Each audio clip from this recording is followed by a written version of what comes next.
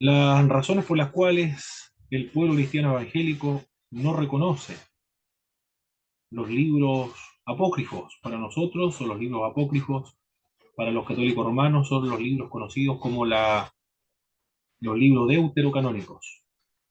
La primera razón es porque estos nunca fueron, no formaron parte del canon judío. Esa es la primera razón, nunca formaron parte del canon hebreo. La otra razón, no son citados por el Señor ni tampoco por los apóstoles. Josefo, el historiador judío, testifica que no se hallaba en el canon judío. Filón tampoco reconoce en los libros apócrifos como escritura sagrada. No encontramos los apócrifos en ningún catálogo de libros reconocidos por la Iglesia cristiana dentro de sus primeros 4 siglos de existencia. Los más ilustres padres de la Iglesia rechazaron categóricamente los apócrifos. La Septuaginta nació principalmente por motivos culturales. Los mismos apócrifos delatan de no ser de inspiración divina. Y los apócrifos enseñan doctrinas contrarias a otra enseñanza de la Biblia. También fueron escritos durante un periodo mucho después en que se cerró el canon del Antiguo Testamento.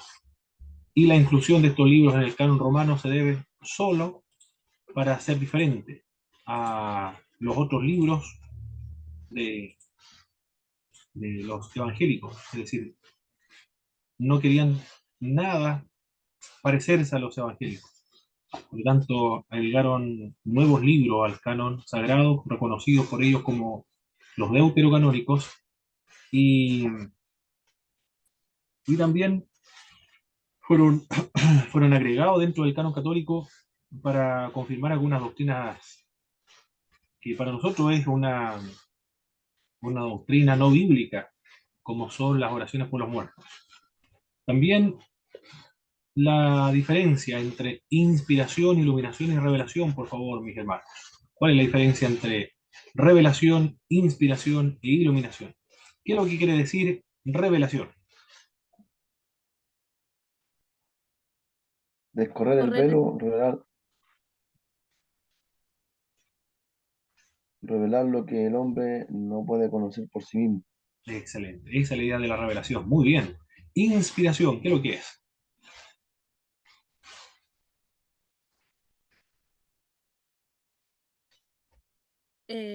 yo anoté que, ¿Mm? que Dios supervisa a los autores de la Biblia para que ellos grabaran sin error su mensaje. Esa es la idea de la inspiración, perfecto.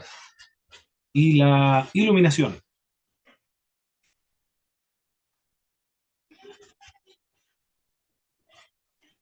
Significado e Significa, interpretación. Muy sigan, bien. A hermano. ver, significado e interpretación de la Biblia, su comprensión y aplicación. Eso es, perfecto, muy bien, muy bien. Esas son las ideas de la inspiración, iluminación, revelación.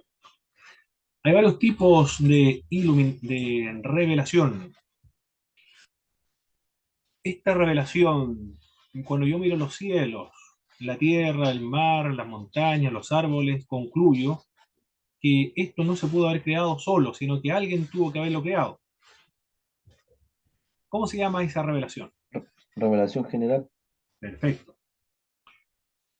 El registro de la revelación que quedó en las Sagradas Escrituras, la Biblia, ¿cómo se llama ese registro de la revelación?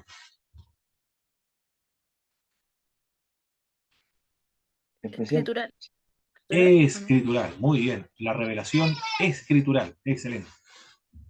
Y Cristo, Cristo se hizo hombre. ¿Cómo se llama ese tipo de revelación? Encarnacional. Encarnacional, excelente, muy bien.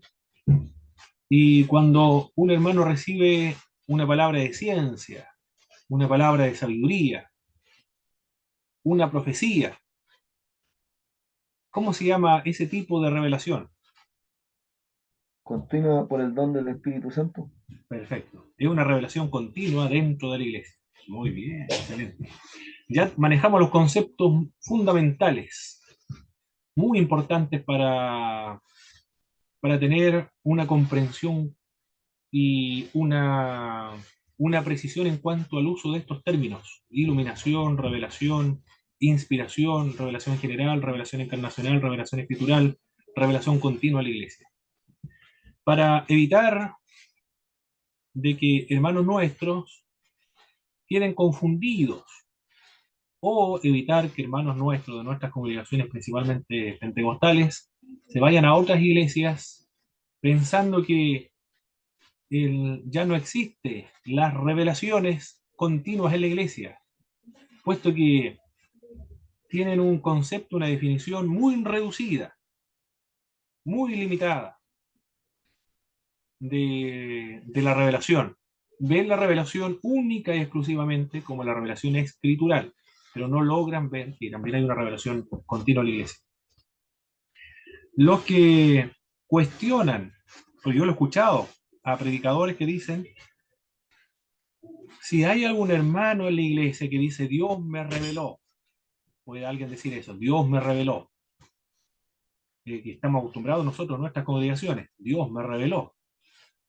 Y en nuestras congregaciones puede ser que pide autorización y da esa revelación durante el culto, o puede ser inmediatamente en el culto, puede ser que dé a conocer la revelación en caso de profecía. Hay varias formas de entregar la profecía, o palabra de ciencia, o palabra de sabiduría, o un sueño, o una visión. Y los hermanos pueden decir, yo recibí una revelación de parte de Dios. Es cuestionado por aquellos que no creen que hay una revelación continua en la iglesia. Dicen, eso no es posible, Dios no le pudo hablar. Y también le recomiendan en sus iglesias, cuando predican, en sus iglesias, que no escuchen a tales personas. Váyase de esa iglesia, porque le están mintiendo, le están engañando. Porque ya la revelación concluyó cuando se escribió el último libro de Apocalipsis y ya no hay nuevas revelaciones. Se está refiriendo a la Biblia, pero no están reconociendo la revelación continua dentro de la iglesia. Y le dicen, váyanse de esas iglesias, imagínense. Hay muchos hermanos que se están retirando de nuestras congregaciones pensando que estamos enseñando herejías o las iglesias pentecostales no son bíblicas. Y muy bíblica la doctrina, la teología pentecostal es muy, de hecho, es bíblica. ¿Cómo? Porque eso es lo que dice el apóstol Pablo. Algunos reciben revelación, cae el primero, o alguna profecía cae el primero, y uno hable y los demás juzguen o examinen lo que se está diciendo en la congregación. Ágabo profetiza también. Y los dones ministeriales, como y dones espirituales, palabra de ciencia, palabra de sabiduría, lengua, interpretación de lengua, sanidades, milagros, tiene la finalidad de perfeccionar a los santos para la obra del ministerio, para la edificación del cuerpo de Cristo, y siempre, permanentemente, la iglesia necesita estarse edificando. Y también los dones espirituales tienen la finalidad de indicar que el reino de los cielos ya ha llegado y está presente. Y ya estamos gozando del reino de Dios. Todo eso indica los dones espirituales. Por eso es importante conocer estos términos para no ser reduccionistas. eh, y no tener una visión muy, muy limitada acerca de lo que la Biblia enseña con respecto a la revelación. Bueno, eso vimos. ¿Qué más? Hay varias teorías en cuanto a la inspiración de la Sagrada Escritura. ¿Cómo se llama aquella teoría que indica que la inspiración de la Sagrada Escritura o los escritores de la Biblia estaban inspirados como quien está inspirado para escribir un poema, o componer una canción, o diseñar una escultura, por ejemplo? ¿Cómo se llama ese tipo de inspiración? ¿Natural? Excelente, muy bien. La inspiración natural. La inspiración es una intensificación, exaltación divina de percepciones religiosas comunes a todos los creyentes. Todos tienen esta misma, ¿cómo le puedo denominar? Privilegio de parte de Dios, pero los hebreos lo tenían de una manera más intensa. Pero es natural, no hay ninguna revelación, no hay ninguna enseñanza nueva, y ahí está la posibilidad de cometer errores. De la iluminación, Exacto, teoría. excelente. La iluminación. Según algunos señalan que los escritores eh, sagrados fueron guiados por el Espíritu de Dios, pero solamente en aquellas partes doctrinales. Pero cuando los escritores sagrados hablan de ciencia, historia, geografía, entonces en esos tópicos o en esos temas, ellos no son inspirados. Solo son inspirados, son preservados del error en temas doctrinales y teológicos, pero no en temas científicos e históricos. Inspiración parcial. Perfecto. Inspiración parcial. Excelente, mis hermanos. Hay otros que indican que el Espíritu de Dios dirigió los conceptos, los pensamientos, pero no su expresión ni sus palabras. Teoría dinámica. Muy bien, hermano José. Excelente. ¿Cómo se llama esa teoría de la inspiración de la Sagrada Escritura donde indica que los autores sagrados escribieron como secretarios del Espíritu Santo, palabra por palabra lo que el Espíritu de Dios le informaba? Mecánica o por dictado. Mecánica por dictado. Excelente, muy bien, comprendieron muy bien esta materia, hermano. Estoy muy contento por ustedes.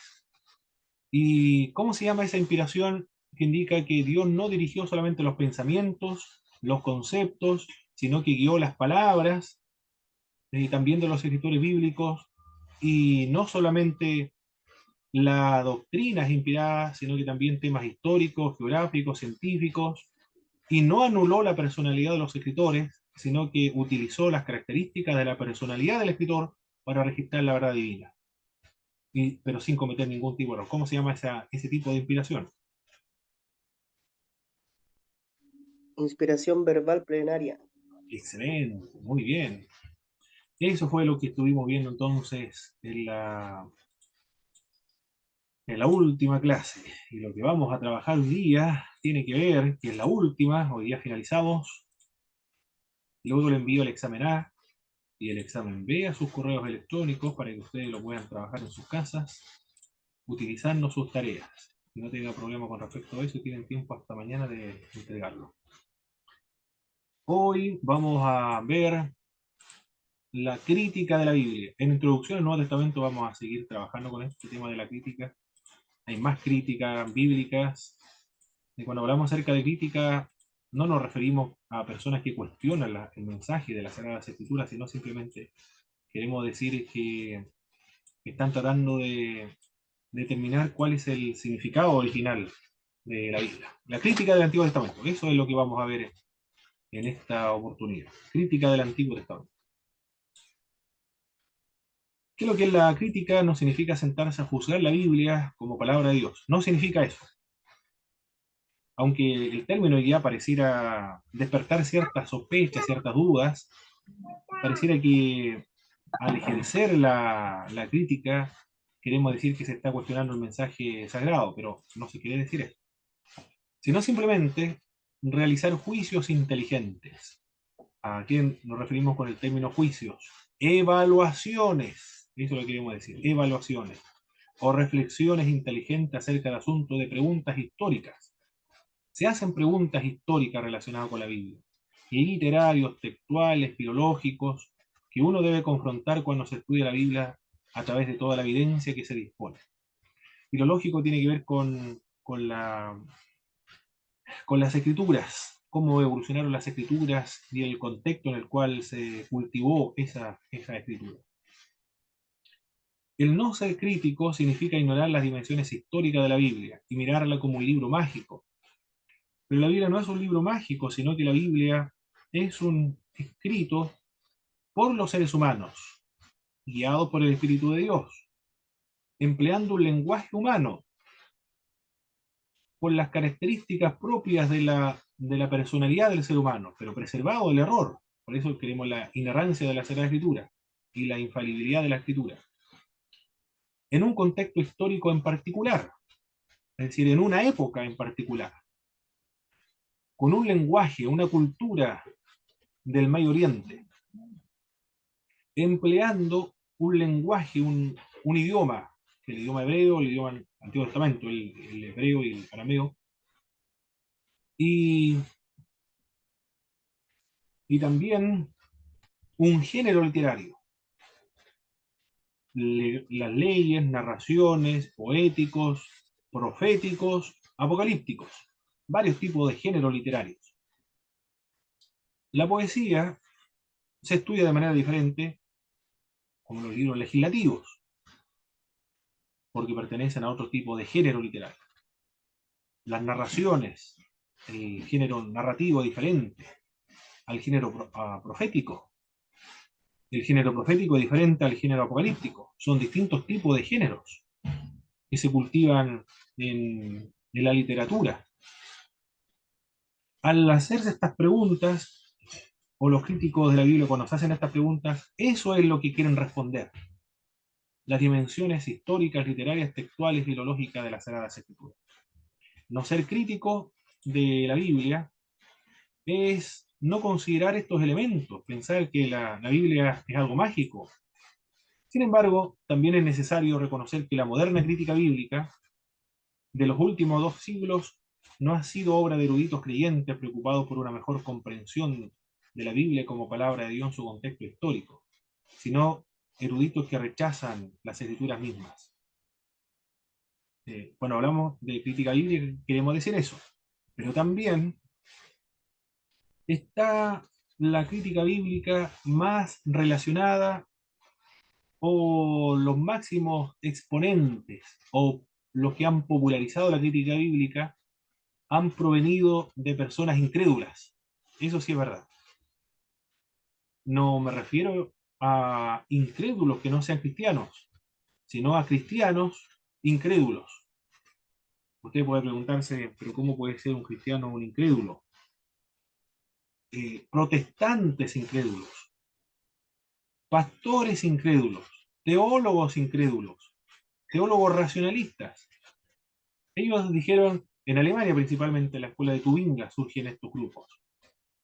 Ellos dicen que la mejor condición y actitud para poder estudiar la Biblia es, de manera objetiva y libre de prejuicio, es ser un incrédulo, porque el creyente tiene prejuicios. ¿Cuáles son estos prejuicios? Que cree que la Biblia viene de Dios.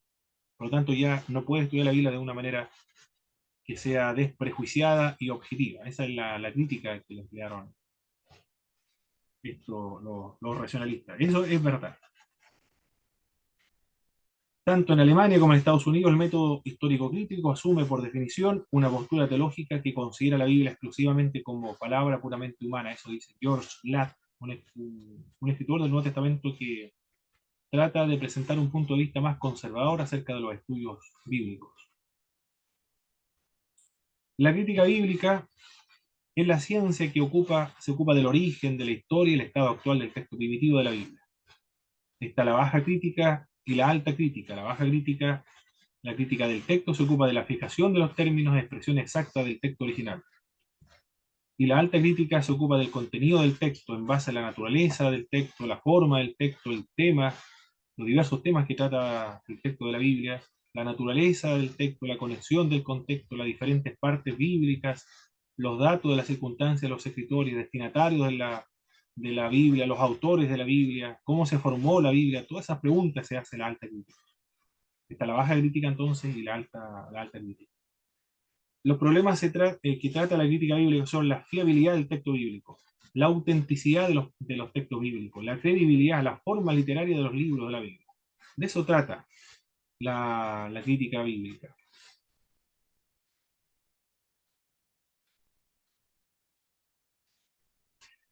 Luego de ver a grandes rasgos de qué se trata la crítica bíblica, en el Nuevo Testamento lo vamos a trabajar más todavía, porque hay muchas críticas bíblicas históricas, teoría de crítica de las fuentes, literarias, textuales, hay muchas críticas. Ahora estamos trabajando y limitados al Antiguo Testamento con respecto a la crítica bíblica. El desarrollo de las teorías de las fuentes, la crítica del contenido de extensión de la Sagrada Escritura ha existido desde tiempos antiguos, desde que hay libros. Los saduceos y samaritanos, que solo reconocían como inspirado la Torá, ya lo que están haciendo estas personas son desmembrar, mutilar o reducir los volúmenes bíblicos que son considerados como escritura de Dios y las otras escrituras que no son inspiradas por el Espíritu Santo. Eso lo hicieron los saduceos. Los saduceos solo reconocían el Pentateuco.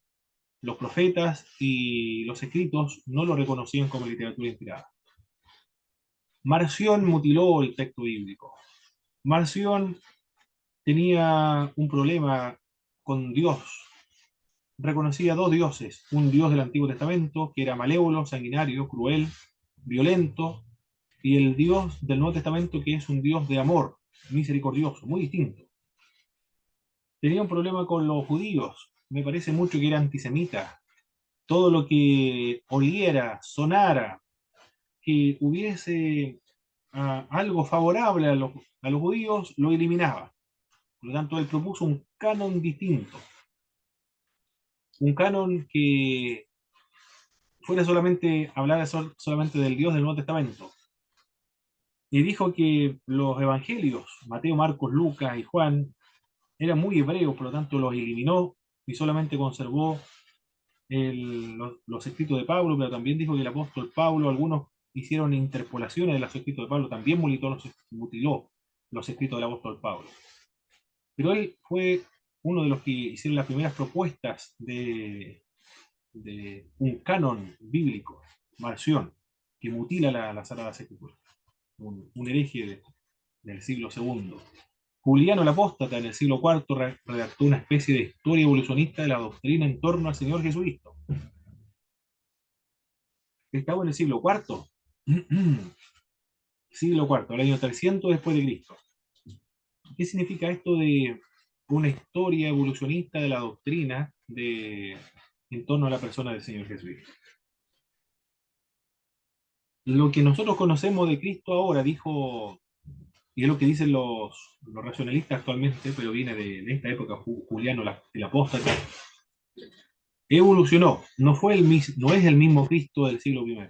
Los que conocieron a los apóstoles es un Cristo, y el Cristo del siglo II, tercero y cuarto es otro Cristo, diferente. Uno es el histórico y el otro es el Cristo de la fe. Evolucionó conforme a las regiones geográficas donde la predicación evangélica iba llegando. Pero son distintas concepciones del Señor Jesucristo. No es el mismo Cristo, es otro. Es un Cristo idealizado, un Cristo que ha sido revestido de mitología y se le atribuyeron características desconocidas para el mismo Cristo del siglo I. El Cristo que nosotros conocemos en el siglo IV, decía Juliano el Apóstata, no es el mismo Cristo del siglo I, es otro Cristo. Es el Cristo confesado por la Iglesia de los posteros, de los tiempos anteriores. Eso fue lo que señaló este hombre en aquella época. Después, la historia de la crítica del Antiguo Testamento, o la crítica veterotestamentaria. ¿Cómo evolucionó, cómo creció hasta las últimas conclusiones del Pentateuco principalmente? ¿Cuál es la esencia de esto? La esencia es que la tradición cristiana y judía indicaba que el autor del libro del Pentateuco es Moisés. Los judíos y los cristianos han señalado a través de toda la historia, de acuerdo a la tradición, que el autor, la persona que escribió el Pentateuco, los primeros 5 libros de la Biblia, Génesis, Éxodo, Levítico, Número, Deuteronomio, fue Moisés. Él fue el autor. Si fue Moisés, entonces fue en su época, en el año 1440, 1460. Hay varias propuestas que se han dado para ver cuándo salió el pueblo de Dios de la esclavitud de Egipto. Pero esta tradición de que Moisés, el escritor del Pentateuco, fue cuestionada. Dijeron, Moisés no pudo haber escrito el Pentateuco. fueron otras personas en otros periodos, no en un periodo, sino en varios periodos.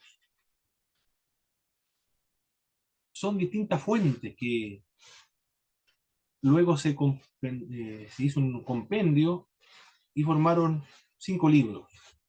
Pero estas porciones de los libros fueron unidos, integrados en la época de Edras, en el siglo, esto del siglo V, antes del Señor Jesucristo, en la época recién de Edras. ¿Cómo llegaron a esa conclusión? De a poco. No llegaron de un golpe, sino de a poco. Ahora ya las investigaciones se fatigaron, se cansaron de descubrir esas fuentes. ¿Cuáles son las fuentes? ¿Qué fuentes están detrás del Pentateuco? ¿Quiénes son los escritores de esas fuentes? ¿En qué época se compuso? ¿Qué parte del Pentateuco pertenece a una fuente y qué parte del Pentateuco pertenece a otra fuente? ¿Y en qué época se escribió esa fuente? Ya, se cansaron de todas esas investigaciones, 200 años investigando lo mismo. Pero esto fue de a poco, no fue que una persona determinó que Moisés no fue el Pentateuco, no escribió el Pentateuco, y fueron varios autores, no fue de manera precipitada, sino que fue una larga historia. Y eso es lo que vamos a ver ahora, la historia de cómo se llegó a esta crítica o a este desarrollo de teoría de la fuente. En el año 1520, Karlstadt negaba la paternidad literaria del Pentateuco de Moisés. En 1520. Él solamente dijo, Moisés no lo escribió. Matthews, en el año 1574, insinuó por primera vez que los libros bíblicos pueden ser compuestos y dirigidos. Es decir, son compuestos y luego dirigidos por un editor posteriormente.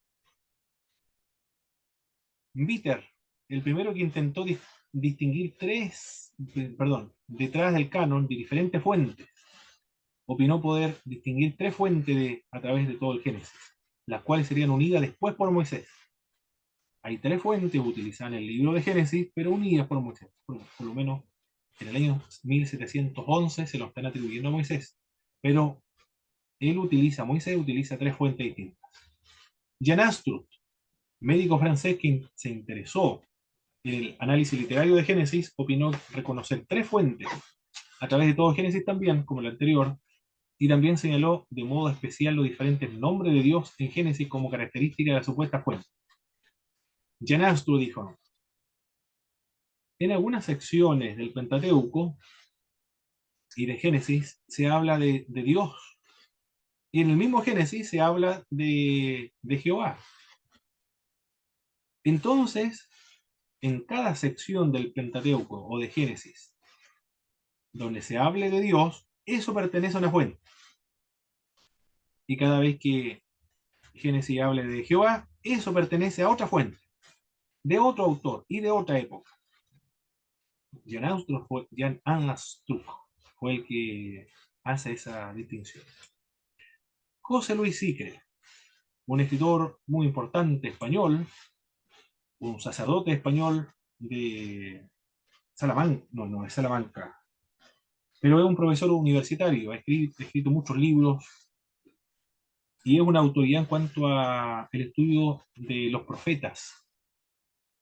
Se destaca principalmente de los profetas y del Antiguo Testamento también. Tiene libros de introducción al Antiguo Testamento y introducción al profetismo hebreo. ¿Qué dice José Luis Sicre respecto a las fuentes? En un libro que escribió en el año 2016, dice lo siguiente. Señala que cuando comenzó a redactar el apartado sobre el autor del Pentateuco, estaba convencido de que formulase esa pregunta a comienzos del siglo XXI. Es tan absurdo como preguntarse si la Tierra es plana. Es lo que está diciendo José Luis Sicre. Está diciendo, aquellos que sostienen enseña que el Pentateuco fue escrito por Moisés, según la tradición judía cristiana, es tan absurdo ese punto de vista como creer que la Tierra es plana. Eso es lo que pensaba José Luis Sigre, por eso que él dice que hacerse esta pregunta es algo muy absurdo. Bastaría un no escueto para zanjar la cuestión. No hay necesidad de preguntarse por la autoría de Moisés. Pero después en su mismo libro dice, al ver varias páginas de internet donde aún se enseña que Moisés es el autor del Pentateuco, le demostraron que era necesario volver al tema, es decir, quién escribió el Pentateuco. Sí, José Luis Sicre no cree que fue Moisés el autor. Adscribe él a la teoría documentaria. No sé si habrá leído más libros de los Estados Unidos o de América Latina que han escrito sobre este tema del autor del Pentateuco, pero lo que él aprendió, por lo menos, y la biblioteca de las universidades, lo dejaron muy convencidos de que Moisés no pudo ser el autor del Pentateuco. Y es tan grande su convicción que ni siquiera él pensó necesario tratarlo para porque lo considera como algo tan absurdo como pensar que la Tierra era redonda. Bueno, eso es lo que pensaba Sigre. Lo trabaja y da argumento él de por qué no Moisés no pudo haberlo escrito. Hermano Pablo, Cuéntame, hermano Jorge. una consulta. Estos hombres que usted nos cuenta, ¿tienen o tuvieron como algún fundamento que se tomaron, algo histórico, algún registro como para presentar como este tipo de teoría? Sí, exactamente. Vamos a ver en las otras láminas siguientes cuáles son los argumentos que ellos presentan. Voy a presentar los argumentos que cuestionan la autoría de Moisés y luego voy a presentar los argumentos que sostienen la autoría de Moisés respecto al Pentateuco. Y ahí usted lo va a sopesar, lo va a evaluar. Y ahí usted va a determinar eh, si son persuasivas o no los argumentos que se demuestran o que se presentan sobre lo que cuestiona la teoría, perdón, lo que cuestiona la autoría de Moisés. Luego aparece, y son varios, pero esto fue de a poco, como estamos viendo de 1520. Después, en el año 1780, 1783, Johann Gottfried Eichhorn dividió todo el libro de Génesis, más dos primeros capítulos del Éxodo, hasta la entrevista de Moisés con Dios en la zarza ardiente, en Jehovista y Eloísta. Oh, Dios mío, lo que hizo esta persona. Yo tengo un libro de von Rath. El libro se llama, bueno, Génesis. Gerhard von Rath. Es un comentario del libro de Génesis, pero es un comentario muy bueno, tiene informaciones históricas, pero muy importantes. El hecho de que sean racionalistas o de que no pertenezcan a nuestra línea, a nuestra posición, que somos conservadores, no significa que vamos a desestimar sus obras. No vamos a estar de acuerdo con su base, con sus principios, con sus creencias que nos distingue de los conservadores. Pero siempre se pueden extraer elementos muy positivos, muy buenos de ellos. Como dijo el apóstol Pablo, retened lo bueno y lo malo, desecharlo. Creo que no está de acuerdo con nosotros, no lo consideramos. O lo consideramos, pero sabemos cómo objetarlo, por lo menos tenemos nuestros propios argumentos para seguir pensando desde la perspectiva más conservadora. Pero Gerhard von Rath, en su libro, lo que él hace es desmembrar, mutilar en Génesis. Dice, esta sección corresponde a Eloísta, esta sección corresponde a Jehovista, esta otra sección corresponde al sacerdotal, esto pertenece al Deuteronomio. Así hace su estudio del libro de Génesis.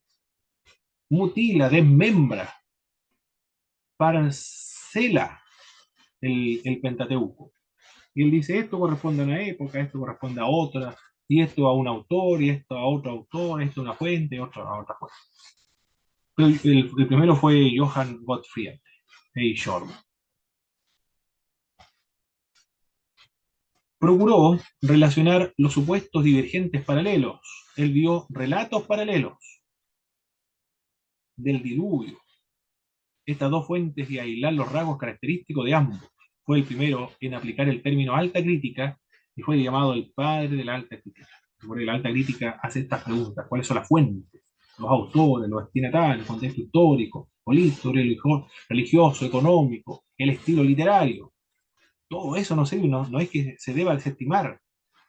El tema es que los que han aplicado esos métodos de interpretación de la Biblia fueron incrédulos, fueron teólogos incrédulos, pastores incrédulos, sacerdotes incrédulos. Bueno, los sacerdotes católicos, si son de esta línea más racionalista, es por la influencia de los protestantes incrédulos sobre los católicos. Así de fuertes fueron los alemanes que influyeron al catolicismo romano. En Alemania, incluso en Alemania hasta el día de hoy, hasta la misma Iglesia Católica Romana tiene un problema de una futura y una pronta división con el sínodo de Alemania. A nosotros nos encantaría esto, pareciera que estos sacerdotes católicos, toda la Iglesia Católica Apostólica Romana en Alemania se va a hacer protestante.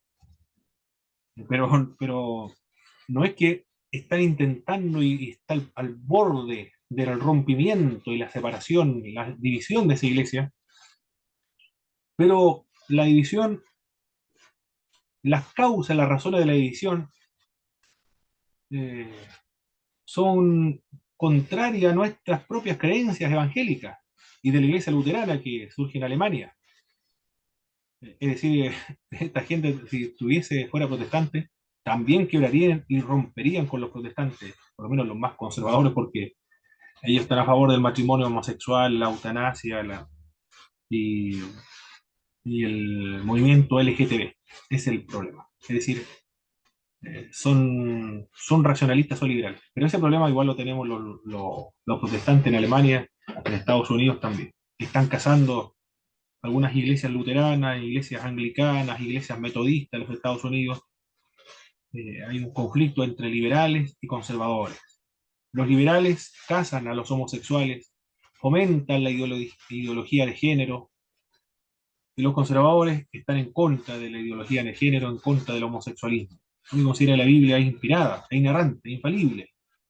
En cambio, los liberales, los racionalistas dicen que la Biblia es un escrito humano nada más.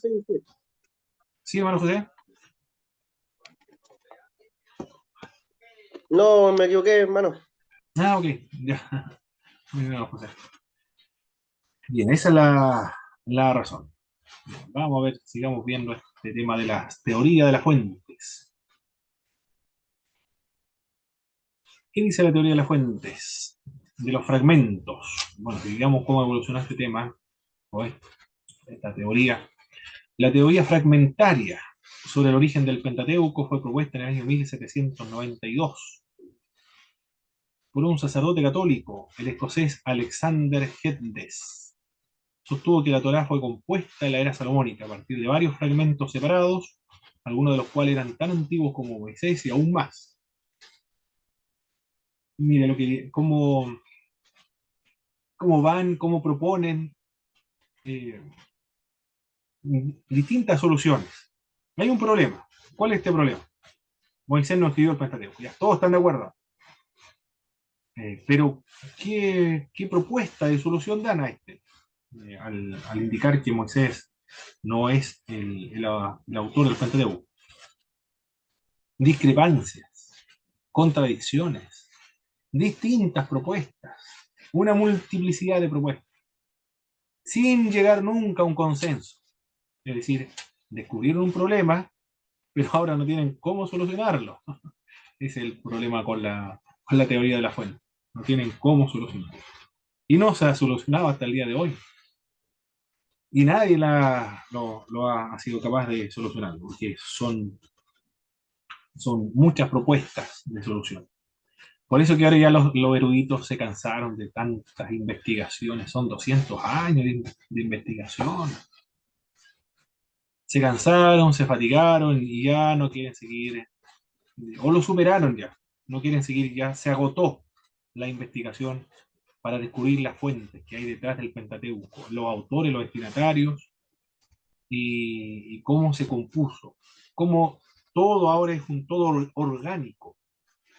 Este estudio de la fuente, del origen, de la evolución, cuál fue el proceso del componer el Pentateuco se conoce como el estudio diacrónico. Y, y estudiar el Pentateuco tal cual como está ahora, el estudio sincrónico. Eso es lo que se está prefiriendo actualmente, el estudio sincrónico más que esto. Porque acá no ha llevado a ningún objetivo, ninguna meta,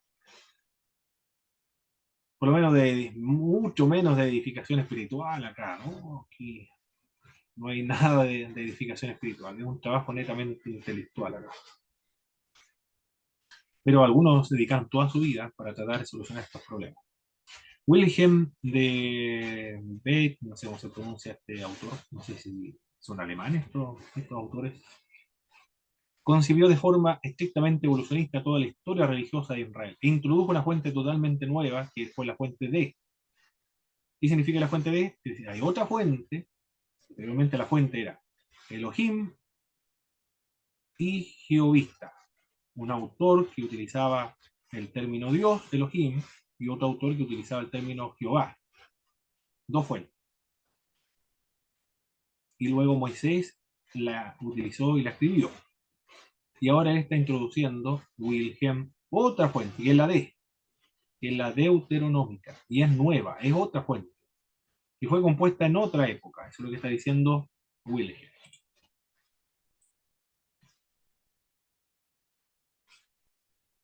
Y así lentamente se va desarrollando y va creciendo la teoría de la fuente. Ahí tenemos un personaje, ¿eh? La mirada que tiene.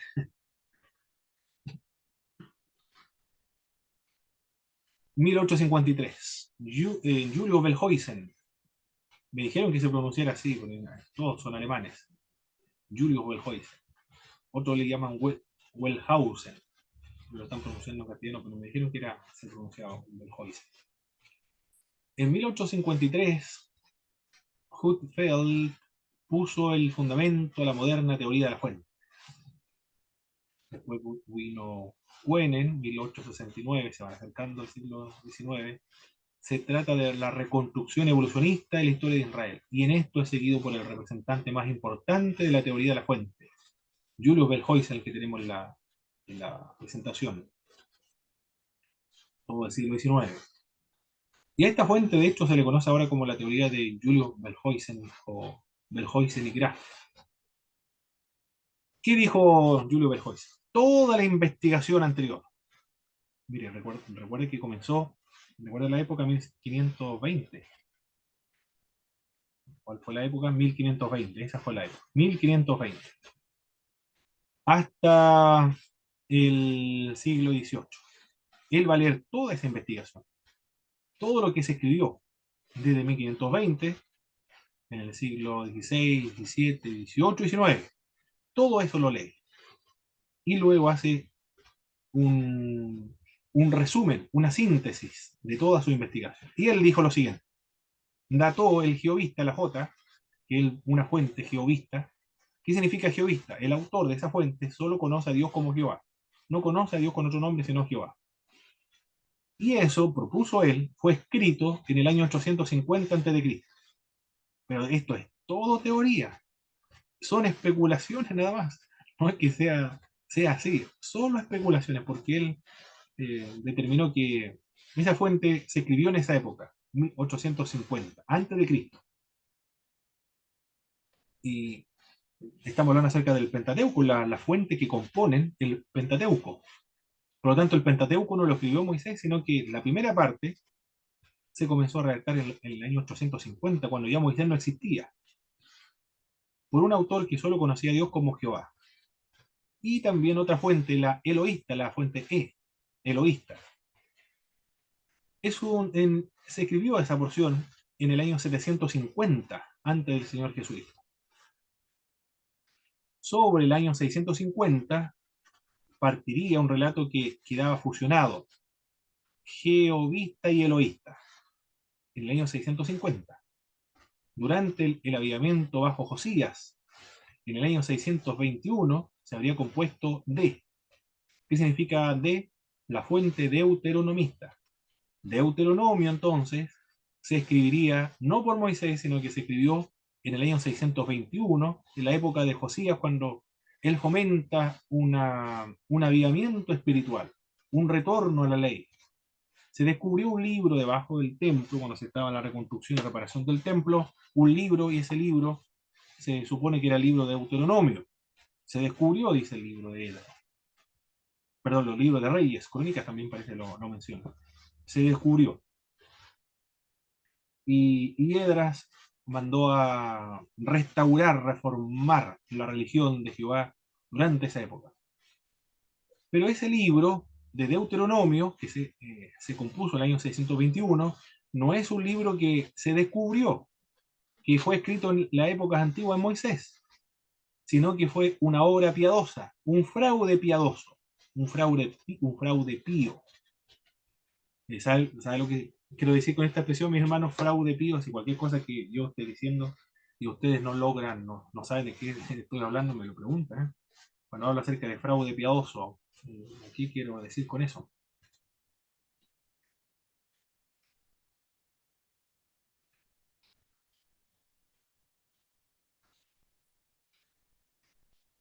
¿Alguien sabrá lo que quiero, qué quiero decir con eso, con la expresión fraude piadoso? ¿O lo habían escuchado en algún momento o primera vez que lo escuchan? Yo al menos primera vez, hermano Mauro. Ah, muy bien, muy bien. Un fraude piadoso es una mentira, es un fraude, pero con propósitos y motivaciones religiosas o piadosas. Por eso se llama fraude piadoso. Es decir, se está fomentando la espiritualidad, el avivamiento en base a mentiras. Mire, yo le voy a un ejemplo más moderno. Hay un evangelista que vino de Santiago, de una iglesia que después tuvo conflicto, no sé si seguirá esa iglesia o no, pero apareció en la televisión con varios problemas con la autoridad de esta iglesia de Santiago. Y un evangelista llegó de Santiago realizando campañas evangelísticas en la ciudad de Temuco. Y fueron a Cholchol, en la plaza de armas de Cholchol, hicieron fue muy grande la campaña. Y fue en un gimnasio, perdón, un gimnasio. Y las personas pasaron adelante, algunos aceptaron al Señor Jesucristo y otros a ser restaurados. Y él le pasaba el micrófono a la persona que había aceptado al Señor recién. Y él le decía, repite conmigo. ¿Y qué tenía que repetir? Él un mensaje en lengua, es decir, él comenzó a hablar en lengua y le decía a la persona que repitiera lo mismo que él escuchaba del evangelista. Y le pasaba el micrófono a la persona, al hermano nuevo que se había convertido al Señor, o que había sido restaurado. Y cuando le pasaba el micrófono, escuchaban un mensaje en lengua, y le decía a la gente, el evangelista, observen, vean el milagro de Dios. El Señor está bautizando con Espíritu Santo, está bautizando con lengua a las personas nuevas. Pero lo que estaba haciendo él es que hacía que repetieran la misma lengua que él estaba diciendo y le pasaba el micrófono. Era una especie de un fraude piadoso. Eso es lo que ocurrió, un fraude piadoso. Para promover un aviamiento espiritual, estaban engañando, estaban mintiendo, haciendo un simulacro de personas que eran bautizadas en lenguas. Bueno, lo que propuso Julius Belhoisen fue algo muy parecido. Con respecto al libro de Deuteronomio, dijo, el libro de Deuteronomio se escribió en el año 621, pero fue un fraude piadoso, se inventó ese libro en esa época, para que la gente creyera que se escribió en la época de Moisés y así se pudiese producir ese aviamiento espiritual, o esa restauración del templo de Jerusalén, y, y fomentar la religión de Jehová en esa época. P, ¿qué significa P? La fuente sacerdotal. Sería formado paulatinamente en el tiempo entre Ezequiel y Esdras, que tiene que ver más con el sacerdocio. Lo que hizo Julius Wellhausen fue entonces compendiar toda la investigación de los siglos anteriores, organizarlo y popularizar la teoría de la fuente. Todo esto dentro de la crítica, y dentro de los especialistas, y dentro del mundo académico. La gente común y corriente esto no lo consideraba. Son los especialistas los que trabajan por eso. Por eso esta teoría se conoce como la teoría de Belhoisen y Graf. La teoría documentaria, ¿en qué consiste entonces? Considera que los primeros 5 libros de la Biblia son una compilación de documentos redactados en su mayor parte en el periodo de Esdras, en el año 444. ¿Qué dice esta teoría documentaria? El jehovista prefiere el nombre de Jehová. Esto se redactó en la época de Salomón. El eloísta es la fuente que designa a Dios con el nombre común de Elohim, redactado después del primer documento alrededor del siglo VIII a.C. El código deuteronómico, el D, comprendía todo el libro de Deuteronomio redactado en el reinado de Josías, 621. Y el código sacerdotal, que fue redactado en la época de Esdras para fomentar el sacerdocio. La teoría documentaria, entonces, trata de este tema. Hay 4 fuentes que componen el Deuteronomio, perdón, el Pentateuco: jehovista, eloísta, deuteronómico y sacerdotal, escrito en distintos periodos, ninguno de ellos escrito por Moisés. Y algunos fueron fraudes piadosos, como el Deuteronomio. Quien es el que popularizó esta teoría, Julius Belhoisen, el que vemos en la imagen arriba. El hermano Jorge Torres había preguntado cuáles son las bases, los argumentos, las evidencias para llegar a esa conclusión que había propuesto la teoría de la fuente. Bueno, eso es lo que vamos a ver ahora. Vamos a ver los argumentos que ellos emplean para llegar a esa conclusión. Primero, los anacronismos. Estos argumentos yo los extraje, mis hermanos, los extraje como apuntes personales de esta Biblia, y es la Biblia de América. Ahí está la Biblia. Ahí está. Voluminosa y grande también. Ahí está. Esta es de la editorial Verbo Divino. Lo que voy a presentarles, todos los argumentos provienen de esta Biblia. En la sección de introducción al Antiguo Testamento, en la sección de introducción al Pentateuco. Por lo tanto, cualquier católico romano que compre esta Biblia, o esta Biblia es católica romana, cualquier católico romano que la compre y que no tenga instrucción en algún seminario, instituto teológico, por ejemplo, por ahí, va a adoptar este punto de vista porque va a decir esto está aprobado por el Papa, por alguna... A ver, ¿quién está? La Conferencia Episcopal Mexicana, autorizada la Conferencia Episcopal de Colombia y la Conferencia Episcopal de Chile. Es decir, hay varias conferencias episcopales que autorizan la publicación de esta Biblia. Entonces, todos opinan lo mismo, todos están de acuerdo con esta teoría. Bueno, es católica, pero Viene de las ideas protestantes, de la conclusión viene el mundo protestante. ¿Cuáles son los argumentos? Es una síntesis de los argumentos principales, ¿eh? Son los siguientes. Hay anacronismos. ¿A qué se refiere anacronismos? Mis hermanos, cuando empleo esta palabra anacronismo, ¿qué es lo que quiero decir con esa idea? Anacronismo. Alguien, por favor, que me explique, que me diga qué es lo que es un anacronismo.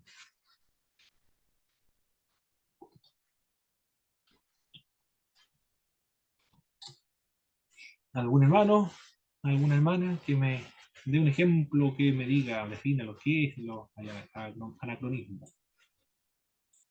Quizá lo están buscando por ahí por Google, pero si, si no lo saben, me dicen nomás mi hermano.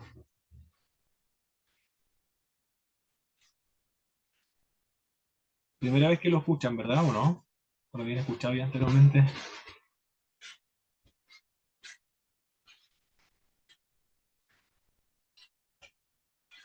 ¿Pueden activar sus micrófonos, mis hermanos, para... Yo por lo menos no lo había escuchado nunca, hermano. Ah, ¿Para qué voy perfecto. a, Ya, para qué voy a inventar algo si muy bien, no tengo idea? No sé, dijo mi hermana Priscila, muy bien. Sí, activen su micrófono, hermano. Bueno, yo lo busqué acá en Google, porque además nunca lo había escuchado. Ah, muy ¿La bien, leo? ya. Por favor, ya, leámosla. Dice anacronismo. 1. Error que resulta de situar a una persona o cosa en un periodo de tiempo que no se corresponde con el que le es propio. Y Muy bien. 2. Dice hecho o circunstancia actual que no es actual, sino propia o característica de las costumbres del pasado. Muy bien. Eso. Ya. Un ejemplo de un anacronismo aquí, para que se entienda mejor la idea.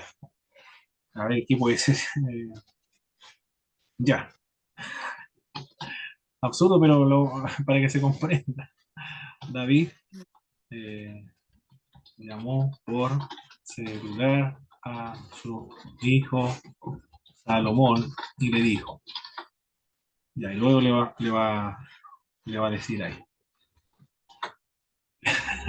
Bueno, ahí tenemos un ejemplo de un anacronismo, mis hermanos. Un anacronismo. Hay alguien más que quiere entrar. Ese es un anacronismo. David llamó por celular a su hijo Salomón. ¿Cuál es el anacronismo ahí? Es como algo que que no pudo haber Yo, pasado en el tiempo de ellos. Por ejemplo, Exacto. ahora sí cualquier persona puede llamar a su hijo por celular, pero David no, en el tiempo en el que él estuvo, no pudo haber hecho eso porque no existían los celulares, algo así. Exacto, muy bien. Eso es un anacronismo. Bueno, en el libro del Pentateuco existen anacronismos. Es el argumento eh, que se da para indicar que Moisés no pudo haber escrito el Pentateuco. ¿Cuál es ese anacronismo? El primero, se narra la muerte de Moisés en Deuteronomio capítulo 34. ¡Ah! ¿Es un anacronismo eso? ¿Quién escribe el Pentateuco? Moisés. Pero en Deuteronomio capítulo Perdón, 34, perdón, Moisés perdón, está... hermano, me Sí, bueno, había José. ido. ¿Qué es lo que decía usted sobre el anacronismo? Bueno, ahí mencionó un ejemplo de un anacronismo. David llamó por celular a su hijo Salomón y le dijo,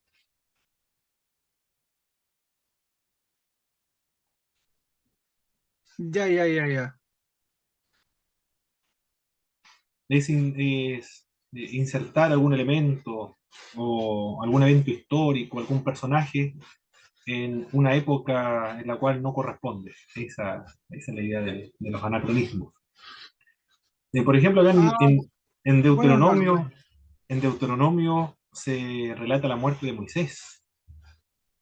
Pero si Moisés está escribiendo el Deuteronomio, ¿cómo puede ser que él mismo esté relatando su propia muerte? Sí, bueno, todos estamos de acuerdo con eso, ¿ah? Que Moisés no pudo haber relatado su propia muerte. Pero vamos a ver si eso es un anacronismo o no. Eso es lo que está por verse. ¿Es anacronismo eso o es otra cosa? Ya, pero los que no creen que Moisés fue el escritor de la teoría del Pentateuco, lo mencionan como un anacronismo. Se da la lista de los reyes que reinaron en Edom antes de que Israel tuviese rey, en el libro de Génesis. ¿Y cuándo los israelitas van a tener rey? Mucho tiempo después van a tener rey. En Génesis ni siquiera existe la nación de Israel. Todavía no existe.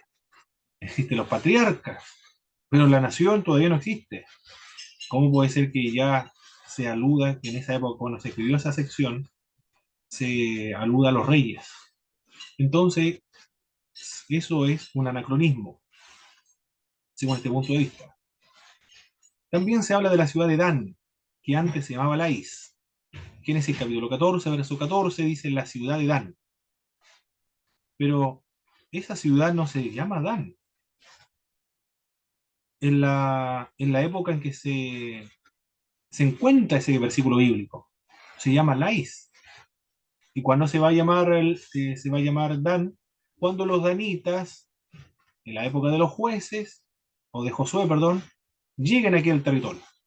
O la época de los jueces, tomen control de ese territorio. Ese es un anacronismo entonces. Es como... Hay otro más. Es como llamar, por ejemplo, alguien está escribiendo, ¿en qué año? En 1800, ya, supongamos, en el año 1800 después de Cristo, aquí en Chile, a la región, eh, se habla de Puerto Montt. Se habla de Puerto Montt, ya, está hablando de Puerto Montt. Alguien está escribiendo que en la ciudad de Puerto Montt hay un... ¿Qué puede ser? Bueno, cualquier cosa. Pero alude en el año 1800 a Puerto Montt. No puede ser posible que en el año 1800 se esté aludiendo a Puerto Montt. Eso no es posible. Es un anacronismo eso. ¿Por qué es un anacronismo? Porque en el año 1800 a ver, aquí le puse 1000, no, sí, 1800. Sí, está bien. Está bien. Esta región, este sector, o este pedazo, esta zona geográfica, no se conoce como Puerto Montt, se conoce como Melipuy, como Melipuy. Así se conoce esta región. Si hay un autor que está escribiendo en el año 1800, a este sector se utilizaría otro término, Melipuy. Si se utiliza Puerto Montt, pertenece a otra época. Es un anacronismo entonces. Así ocurre con la ciudad de Lais, por ejemplo. Si lo escriben en la época de Génesis, en la época de Moisés, tenía que haber referido, debería haber referido a ese sector como Lais, no como Dan. Se habla de los cananeos en tiempo pasado, en el libro de Génesis. Pero si los cananeos todavía están ahí, y los cananeos todavía ni siquiera 400 años después van a dejar de existir los cananeos. 400 años después, se supone, cuando llegue Josué y el pueblo de Israel salga de la esclavitud de Egipto. Pero cuando se escribe en Génesis capítulo 12, verso 6, ni siquiera el pueblo hebreo se va a Egipto. Entonces, ¿cómo puede ser posible aquello? Todos los textos, nombres y fechas de que hablan estos textos corresponden al periodo posterior a Moisés. ¿Qué le parecen estos argumentos, mis hermanos, y estos ejemplos de los anacronismos que hemos visto acá? ¿Son persuasivos? ¿Son dignos de considerar? ¿Son verdaderos anacronismos, así como lo estoy presentando yo ahora?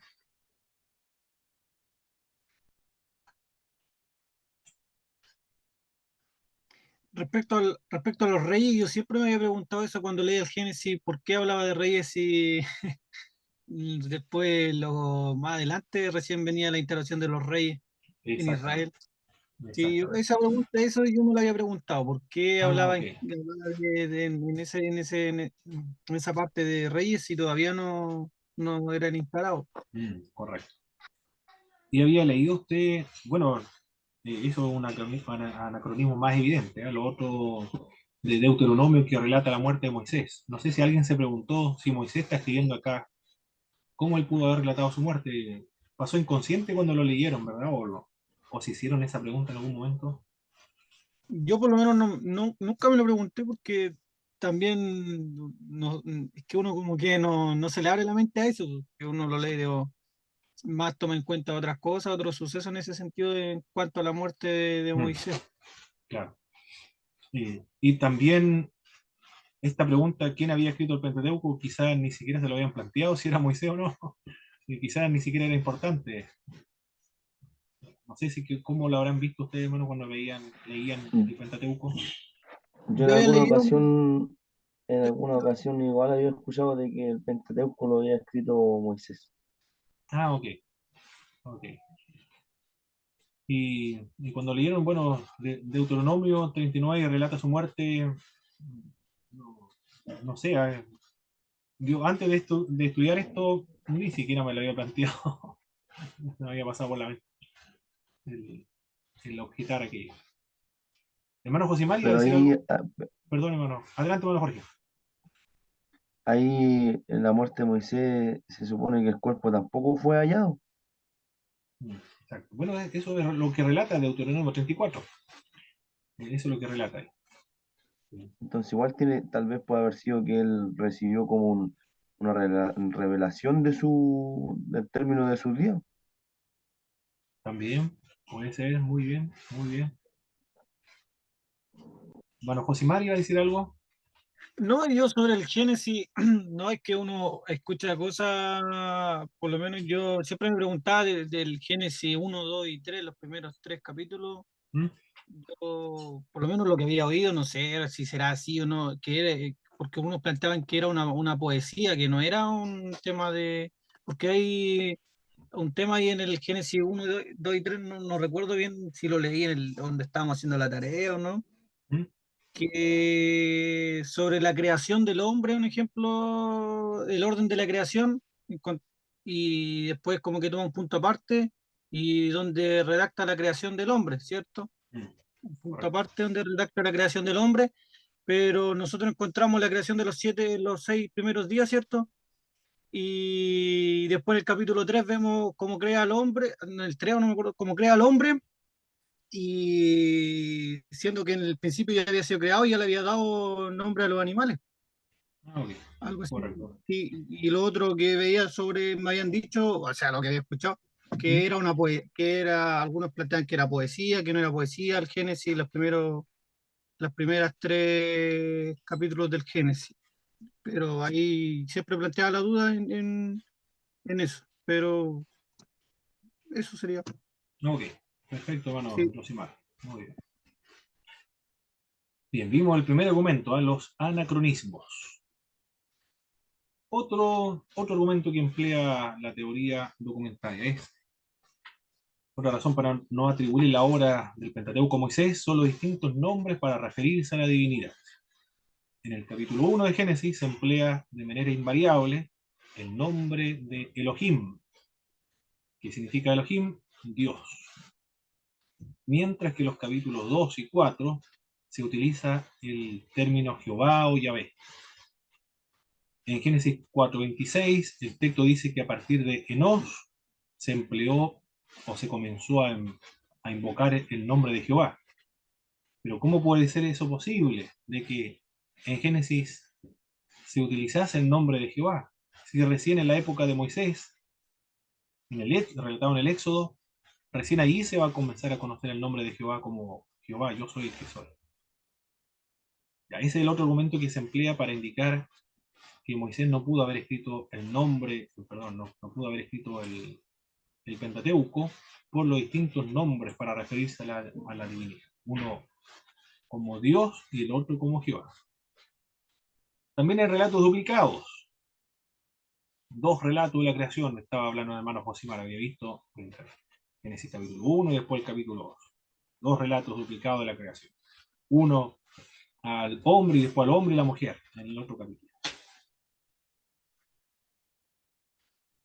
Los relatos duplicados impiden asignarle el Pentateuco a un solo autor, porque si lo hubiese escrito Moisés, no hubiese mencionado relatos duplicados, es decir, escribir dos veces una misma escena, o repetir lo mismo de manera diferente en la otra escena. Por ejemplo, Sara se finge dos veces hermana de Abraham. Ellos no lo están viendo como en dos ocasiones distintas, sino que lo ven, son relatos duplicados, uno con Elimelech y el otro con un faraón egipcio. Existen dos relatos del diluvio, de Génesis 6, 8. Dos versiones de la venta de José, una por los madianitas y otra por los ismaelitas. ¿Serán realmente dos relatos duplicados eso? Además, dos versiones del Decálogo. Todo esto hace pensar que un solo escritor no repetiría dos acontecimientos ni entraría en contradicciones. Uy, aquí ya están empleando. Bueno, eso es lo que estoy comentando, lo que dice la Biblia de América, en la sección de introducción al Antiguo Testamento. Pero hay mucha tela que cortar acá con respecto a esto. Bueno, se dice: un solo escritor no repetiría dos acontecimientos ni entraría en contradicciones. Pero ¿según qué dicen eso? ¿Quién dice que estos criterios lo están empleando en la época del siglo XXI o siglo XX, ya, supongamos siglo XX, siglo XIX?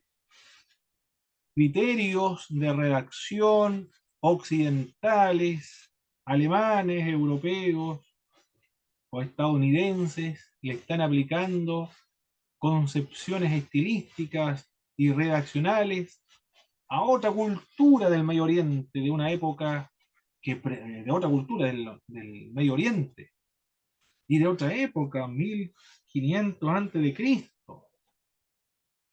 Es decir, eso ya es un anacronismo, exigirle a esas personas de esa época juzgarlo bajo los mismos criterios lentes nuestros. Tienen que escribir la gente de esta época como se escribe hoy en el siglo XX. Eso es lo que está diciendo este comentario. Porque aquí dice, dos versiones del Decálogo, todo esto hace pensar que un solo escritor no repetiría dos acontecimientos ni entrarían en contradicción. ¿Y por qué no pueden repetir dos acontecimientos? ¿Por qué no? Si son otra cultura. ¿Y por qué no entrarían en contradicciones si ellos no funcionan bajo el tema de la lógica? Las contradicciones es propio de la cultura del Medio Oriente. Nosotros lo vemos como contradicciones, pero para ellos no hay ninguna contradicción en ello, porque son otra cultura. Por ejemplo, en un texto, ellos son hebreos. En un texto dice: Dios no es hombre para que se arrepienta, ni hijo de hombre para que mienta. O hijo no es hombre para que mienta, ni hijo de hombre para que se arrepienta. Dice que no se arrepiente. Dice en un texto, lo dice literalmente.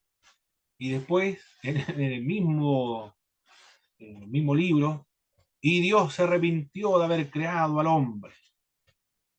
En el libro de Génesis 6, Dios se arrepintió. Primero dice: no es hombre para que mienta, ni hijo de hombre para que se arrepienta. Y después dice: Dios se arrepintió de haber creado al ser humano. Literalmente, literalmente. Eso se interpreta como modismo hebraico, pero literalmente está así, en redactado. Hay una aparente contradicción para nosotros es contradicción, para nosotros. Pero para los hebreos eso es normal porque son otra cultura. Es propio de la cultura de ellos.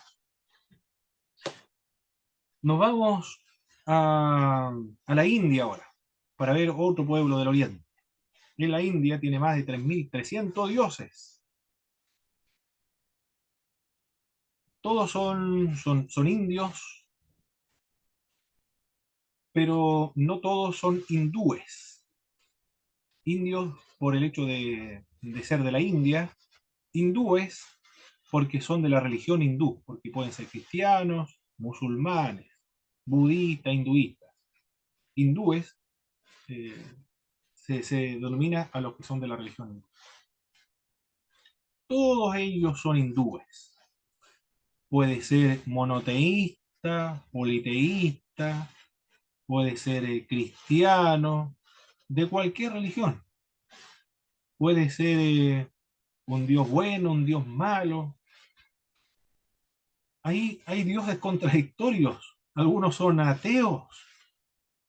Imagínense, son ateos y sacerdotes. Son sacerdotes ateos que hacen oficios religiosos y sacerdotales, pero son ateos. Para nosotros sería contradictorio, algo muy ilógico, pero es que nosotros somos del occidente, no somos del oriente. Por lo tanto, no podemos aplicarle criterios occidentales a la gente del oriente. Pero bueno, es un tema más cultural ahí, pero para pensar y reflexionar, ¿cuáles son las razones por las cuales se llegó a la teoría documentaria? Una, yo lo veo así, que le estamos aplicando criterios occidentales a otro pueblo. Es muy etnocentrista en este punto de vista, entonces, en este sentido. Diferentes estilos igual, diferentes estilos literarios. Deuteronomio se caracteriza por un estilo oratorio, retórico, ampuloso, típico de cierta forma de predicación a exhortación. Quiero ver la hora, no quiero pasarme. Estoy muy lento, me estoy demorando mucho, mis hermanos. En cambio, ciertas partes del Pentateuco posee un estilo preciso y seco, con frases que se repiten frecuentemente, como ocurre en el primer relato de la creación. Otras secciones presentan un estilo narrativo, ágil y vivaz. Analizan la psicología de las personas, hablan de Dios como si fuese un hombre, se pasea por la tarde, come, etc. Eso es el argumento que emplea ahora José Luis Siquet. Estos son los argumentos para sostener que Moisés no pudo escribir el Pentateuco. Anacronismos, distintos nombres para referirse a la divinidad, relatos duplicados, las diferencias de estilo. Vamos a avanzar a la otra, la siguiente. Les prometí que íbamos a ver... Dentro, hermano, dentro de esos eran cuatro ciertos argumentos, yo creo que, por lo menos para mí, a mi punto de vista, no sé los demás hermanos, yo Sí, encontré como más como, entre comillas, convincente, se puede decir, el primero, pues anacronismo. el, sí, el anacronismo, porque lo otro no es como, por lo menos para mi punto de vista, no es muy influyente, por lo que vi el tema del primero. Pero no, que no quiere decir que no crea que es de Moisés el antiguo, la ley, por Pentateuco. Correcto, correcto. Sí, en eso. Muy bien. ¿Alguien más iba a decir algo, hermanos? Hermanas.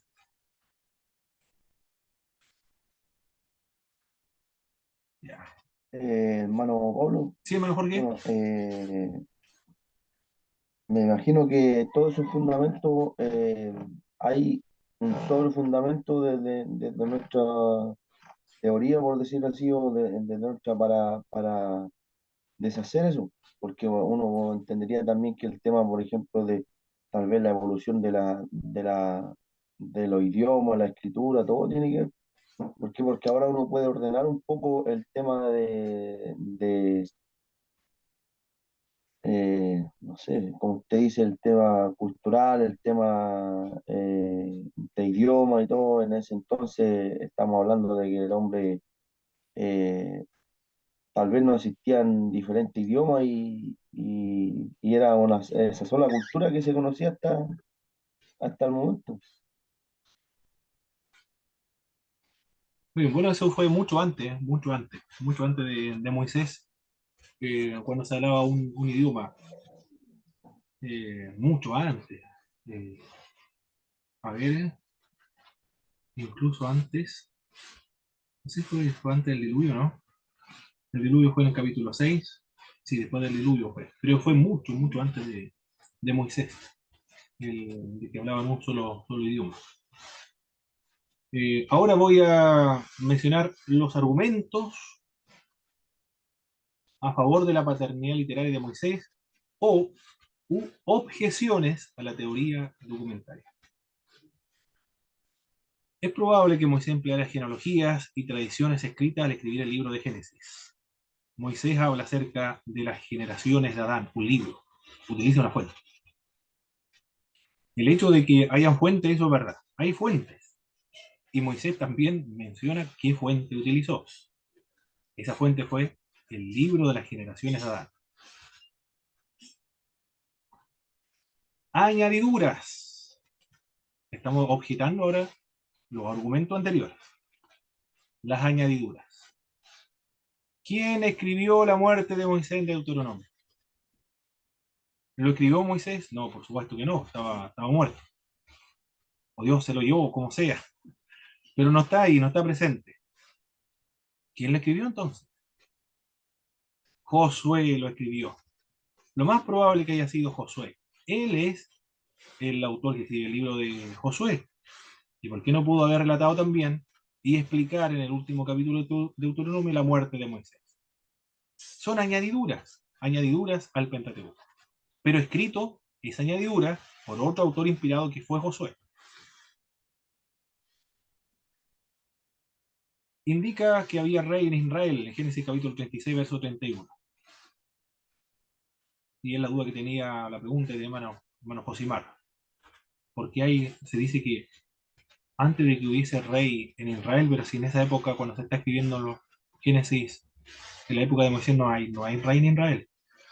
Pero una añadidura entonces. Y esa añadidura se interpuso, se insertó en esa sección, se conectó en esa sección en la época de los reyes, cuando habían ya rey en Israel, como una nota explicativa. También se denomina la ciudad de Lais, la época de Moisés, como Dan. ¿Y por qué se menciona como Dan? Porque los copistas, lo más probable, que cuando se lea Lais, y se está leyendo Lais, la gente de esa época ni sabe a qué ciudad se refiere. Es como si yo estuviese hablando de la ciudad de Melipulli, por ejemplo, mis hermanos. Estuviese hablando de Melipulli, en el sector, ¿dónde estaba ese embarcadero, por ejemplo? Yo le digo a ustedes, la ciudad de Melipulli. O sea, en Melipulli se encontraba ese astillero, por ejemplo. Y ustedes habían escuchado hablar en Melipulli, había un gran astillero. Lo más probable que algunos, pero no todos. Entonces, para que todos me entiendan, en esta época, tengo que decir, en la ciudad de Puerto Montt había un astillero en una época. Estoy actualizando. Por lo tanto, el copista, cuando está leyendo Génesis, y lee en esta sesión la ciudad de Lais, para que la gente entienda de qué ciudad se está tratando, le denomina Dan, porque así se conoce ahora, como la ciudad de Dan. Una actualización nada más, pero es una añadidura, pero actualizada. Nosotros podemos decir, ojalá no hubiese hecho eso, ¿ah?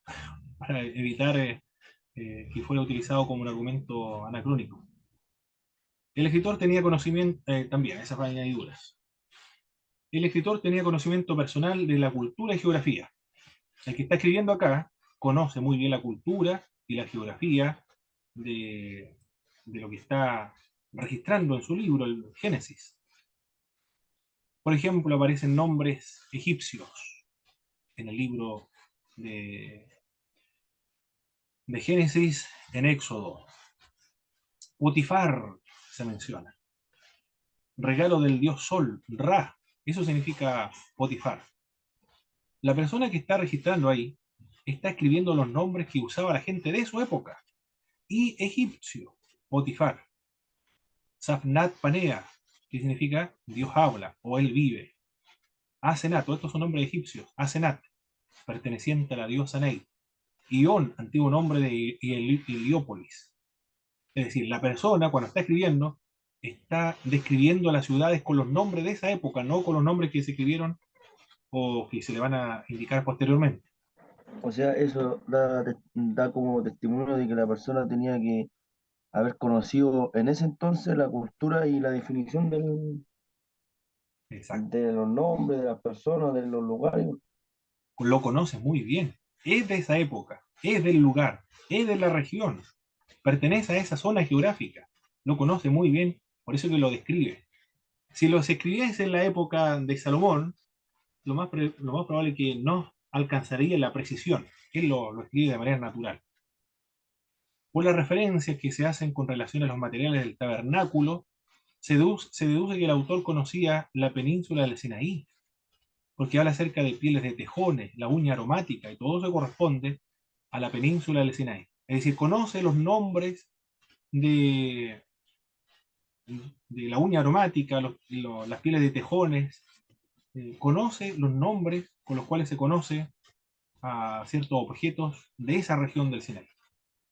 El punto de referencia también del escritor de Deuteronomio es el de una persona que todavía no ha llegado a la tierra de Canaán. Él escribe de tal manera que no se sitúa mirándolo desde Canaán, sino rumbo a Canaán, todavía no ha llegado a Canaán. Gleason Arche, ustedes leyeron el libro de Gleason Arche para responder una pregunta. Eso es lo que estamos viendo ahora. Gleason Arche, el libro que tuvieron que leer ustedes de una reseña crítica del Antiguo Testamento, dice, él es abogado, por lo tanto sabe argumentar muy bien. Es muy convincente Gleason Arche. Dice lo siguiente: los documentalistas, ¿a qué se refieren los documentalistas? Los de la teoría documental, dan por sentado, presuponen, y están seguros, no tienen ninguna duda, de que los hebreos se diferenciaban de todos los demás escritores conocidos de la historia universal, en el hecho de que solamente ellos eran incapaces de usar más de un nombre para Dios. Me gusta cómo lo presenta Gleason Arche.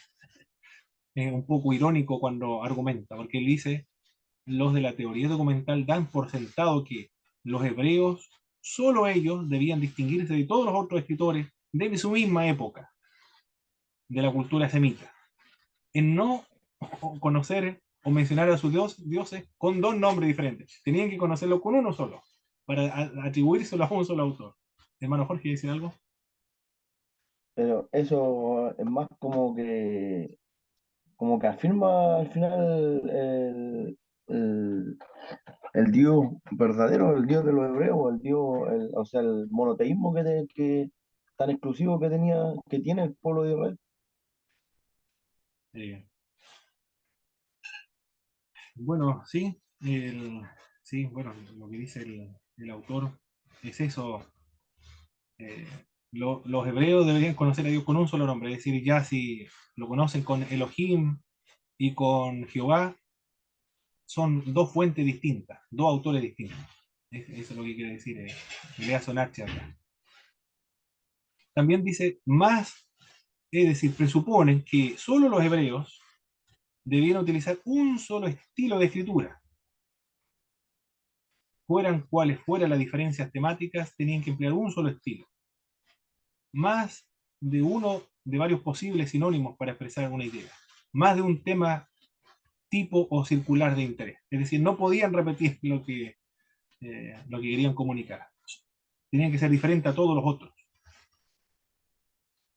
Eso es lo que dan por sentado los documentalistas. Si bien otras antiguas literaturas semitas muestran innumerables casos de repeticiones y duplicaciones hechas por el mismo autor en su técnica narrativa, únicamente la literatura hebrea debe estar libre de repeticiones u duplicaciones, so pena de iniciar diversidad de paternidad literaria. Eso es lo que está detrás ahí. Están leyendo el libro de Deuteronomio entonces con prejuicios. ¿Cuáles son esos prejuicios? Hay varios autores y varias fuentes detrás del Pentateuco y Moisés no escribió el Pentateuco. Ellos están escribiendo de ese modo. Porque cuando se compara con las otras literaturas, tienen duplicaciones, repeticiones, y no se le imputa duplicidad de fuentes o distintas fuentes.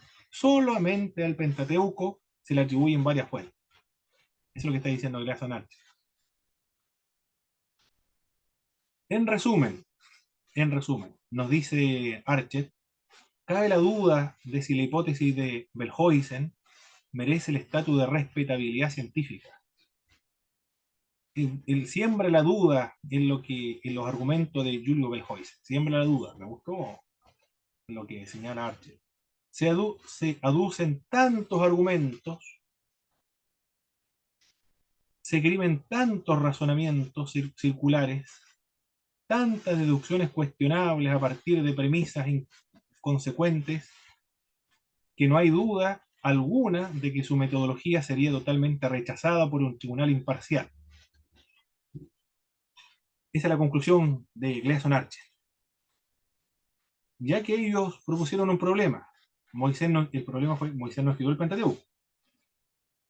Ahora solucionen, den la solución a ese problema. Pero sus soluciones son deducciones inconsecuentes, que no hay contradictorios, no hay una uniformidad. Por lo tanto, si se propone esta solución a un tribunal imparcial, nosotros seríamos en ese caso los jueces, lo rechazaríamos totalmente. Es decir, no son totalmente o absolutamente convincentes en sus argumentos. José Luis Sicre dice lo siguiente. Voy a terminar acá con lo que dice José Luis Sicre para concluir esta parte. No importa que nos pasemos un poco de los minutos, mis hermanos y hermanas también, porque después ya no tenemos clase en la segunda parte, solamente van a rendir los exámenes y ustedes tienen tiempo hasta mañana de rendir. Pero el último comentario acerca de la teoría de la fuente. Lo que dice José Luis Siqueira. Los críticos están de acuerdo que no fue Moisés el compositor del Pentateuco.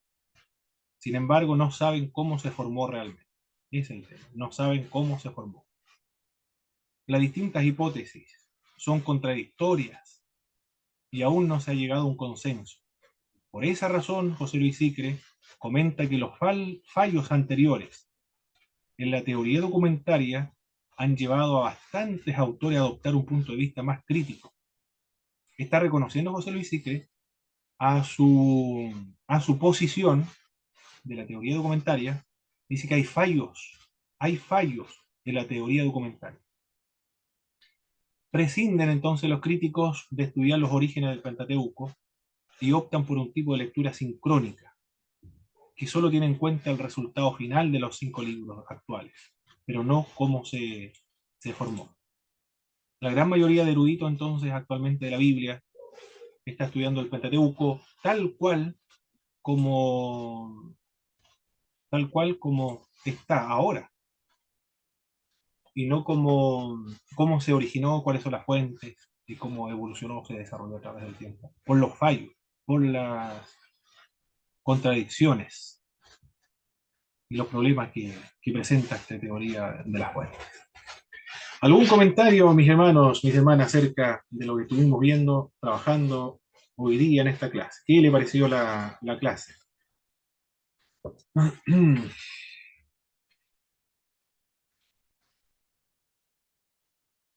Entretenida, entretenida. Cosas que de repente uno no, como se dice, no sabe, por el mismo tema uno se ha preguntado sobre la muerte de Moisés, quién escribió el Pentateuco, cosas que de repente uno las da por sentado, no es que entre duda en uno, sino que de repente hay cosas que tienen que quedar más claras y para poder responder muchas veces a preguntas que surgen dentro de eso. Muy bien, hermano.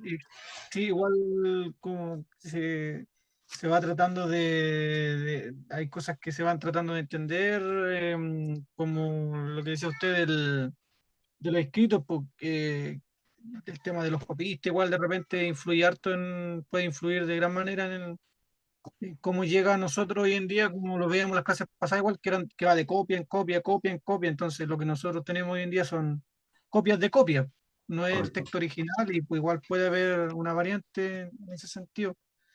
Y no, muy entretenida la clase, nada que decir, muy, muy buena, mi hermano. Muy bien. ¿Alguien más, mis hermanos, acerca de la teoría de las fuentes?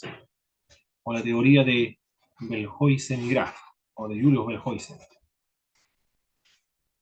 Bueno, Pablo, la verdad que es un poco difícil de analizarlo porque es como que uno lo escucha y lo analiza según el punto y al final como que más cree que, que en la inerrancia de la escritura, porque como decía, usted, o sea, no apuntan al problema, pero no le dan solución Sí. y, y todo. la línea al final están en en lo, en lo lógico, lo que se fundamenta y en lo que se revela, pues yo creo que eh, lo que se revela entendible a nuestro conocimiento humano, lo divino de Dios y la escritura, al final como analizando personalmente, como que uno más, viendo los puntos, al final como que uno más cree en el, porque no tiene en sí, o sea, es una postura de aquellos, pero tampoco tiene un fundamento. ¿Por qué? Porque uno lo entiende del lado de la fe. Y desde el lado de la fe esto es algo que es dado de Dios, pues. Entonces eh, realmente eran incrédulos, eran, eran personas que, bueno, tristemente eran, se caracterizaban como cristianos, como usted decía, algunos sacerdotes, y eso es como que cuesta un poco entenderlo, como personas que estaban ahí, estudiaban, no fueron abiertos sus ojos para entenderlo, pero respetable también. ¿Por qué? Porque hay personas también que tienen en lo cotidiano, hay personas que tienen esa postura, o sea, no creen en la palabra, en la escritura, y no creen simplemente, o sea, no, ateo totalmente. Pero